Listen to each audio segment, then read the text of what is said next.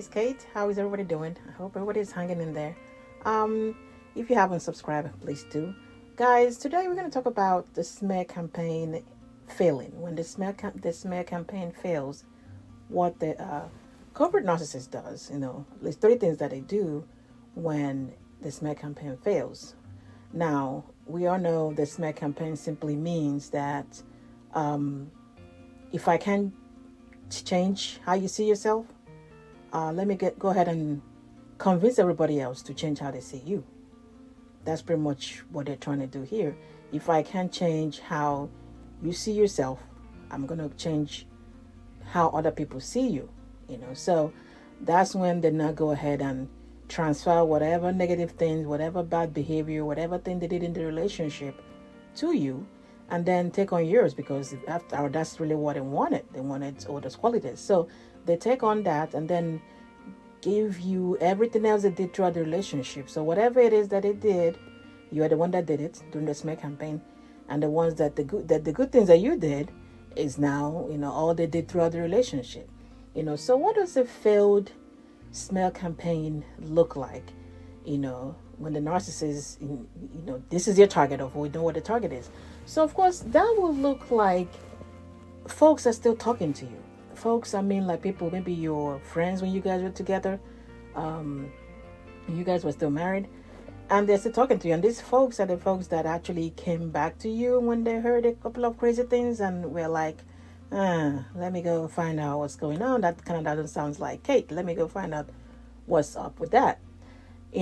So those are people that looked at both things and figure out like, oh crap, whatever he or she said doesn't make any sense. So those people still kind of talk to you, and it's like maybe they be at a birthday party or a party or whatever it is, and they see you with them, or they're still talking to you. That is that is a smear campaign that has failed. Another one is you're not fired from work because they constitute nuisance at your work. You shouldn't be shocked that they call your office or they call where you work or call the people trying to get you in trouble. So if you still have your job, and this is something they've tried in the past, if they showed up at work before, the narcissists have actually done it while I was working. It showed up around 12 or 1 day just to talk about crazy stuff. You can imagine me in the parking lot and he going off, and so who knows what the hell my coworkers saw that day. But that is something that they definitely would do. So you still have your job. If they follow that route during the smear campaign, yeah, that has failed.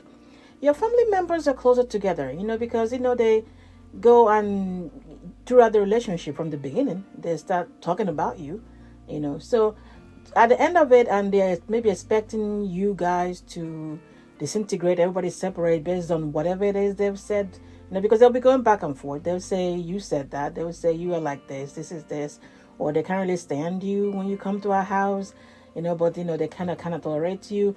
They will say stuff like that. They're trying to bump everybody's heads together, and this is of course trying to isolate you during the relationship so that when they're done, you're by yourself. So if the families come closer together, yes, the smear campaign has failed. Another one, you're not really bothered about the smear campaign enough to defend it. You're not really interested in trying to correct anybody or trying to, whatever, that you don't care to defend it. Another thing, of course, is, your kids are not cursing you out 24/7. You and the kids are good. Like, no, the kids are not trying to insult you based on what they're telling them. The kids are, okay, there's no problem with you and the children. Yeah, the smear campaign has failed the narcissist. So what do they do when all this is happening? I mean, besides the fact that they intensify it and add more fuel to fire, they do the most with these things. Besides that, they will start hiding away from those people. The ones that are still talking to you. Yes, they will hide away. That's why after the separation or whatever, most times actually, the narcissist will go make a whole set of new friends. These are not friends that you guys knew together when you guys were together. These are another set of people that they don't even talk to before. You haven't seen these people before. But now they have like their besties with these people all of a sudden. So This is them, when the smear campaign fails, they will start hiding from these people that are still talking to you. Because now they are assuming, or they realize, of course, that those people are seeing a different side of them because you are talking. So whatever nonsense that they told them, you said your own side of the story, and now they're like, oh crap, this people, this show is not going to continue. The mask has slipped. They're seeing, beyond this stuff, or behind what is in the mask. So let me just stay away. They stay away from those people. They'll distance themselves away from those folks that are still in communication with you. Another thing is that they do a whole change of the attitude. I mean, it's not like a 180 change, maybe about 90, where they now turn around and start to kind of, make it talk to those, the same people that they're talking to about you. Now they're like, instead of saying, how they told them how you were horrible with the children, you're lazy, you're not, you don't like to work, you don't do this and do that. They will come back where it will be like, oh, it's like things are like improving. I guess this is unlike what it was when I was married to them. Things is, maybe they're changing. Maybe you guys are talking to them, so now they're changing. How they are, because this was horrible. This wasn't how it was. You see, right there, they are still trying to maintain what they said, the lie they said before. At the same time, trying to present to these people that they're not really that bad. Let's see, we're trying. I'm complimenting them. So they're like, oh yeah, the kids seems like they're doing a little bit okay. It was terrible. It was it was worse when we're together. They barely lift a finger to help the kids. They don't do this, they don't do that. But that's how they're gonna go. So it's not gonna be like a 180 where they're like, going back to those people and saying, oh yeah, I lied, they're wonderful, they're this and that. No, it will be good about 90, no complete 180 change. It'll be about 90 where they're like, yeah, you guys probably encouraged them. It was horrible when we're together, but now it's like, there's some change. There's some change, I see some change.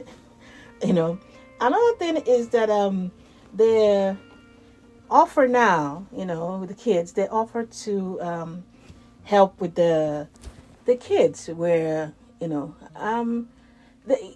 co-parenting thing seemed like it's so much easier, whereas you two of you are not agreeable on things. When you send an email about something, they'll come back without doing the whole passive aggressive thing, without really trying to insult you in the midst of replying, because they can't really help themselves. But now they'll try to be all nice about it, and offer extra stuff to do, and all agreeable and stuff. All this, of course, is to get you to mention this to the people that you are still talking to. The people that are that have heard your own side of the story. They want you to take this over to those people, so that those people can start looking at them in a whole, the way they were looking at them before they knew what was going on. So they're all agreeable with the co-parenting thing. You're going to show up at the baseball game. It's at 2:30. They're like, oh yeah, I'll be there at 2:15. Just in case, set things up. That way, I can mingle with the kids a little bit before the game starts. That's how this whole thing will happen. I mean, they go from not even trying to hear it about any game, like, why do you schedule this thing? Why do they schedule the game when, when, it's my time to spend with the kids, to, oh yeah, I'll show up at 2:15. We just set up so that, hang out with the kids before the game starts and all that. That's how agreeable they are now, in quote, with the co-parenting thing. So this is some of the stuff that they do when the smear campaign has failed. This is some of the stuff that they do. Everything here, of course, is all, there's all an agenda to it. There's all, just like everything with narcissists, there's always something behind it. But yes, when the smear campaign fails, which it does fail sometimes, let's not do most of the time now.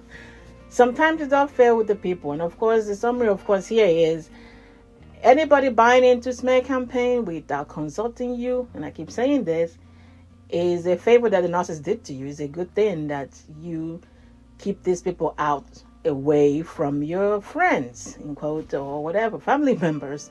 But people you relate to all the time, because it helped let you know, because you don't know during the smear campaign, your friends, and the people that are just hanging around, there's a line. They're separated, so that way you know who is who. All right, guys, get a hold of your mind, and everything else will fall into place. Please like and share. Take care.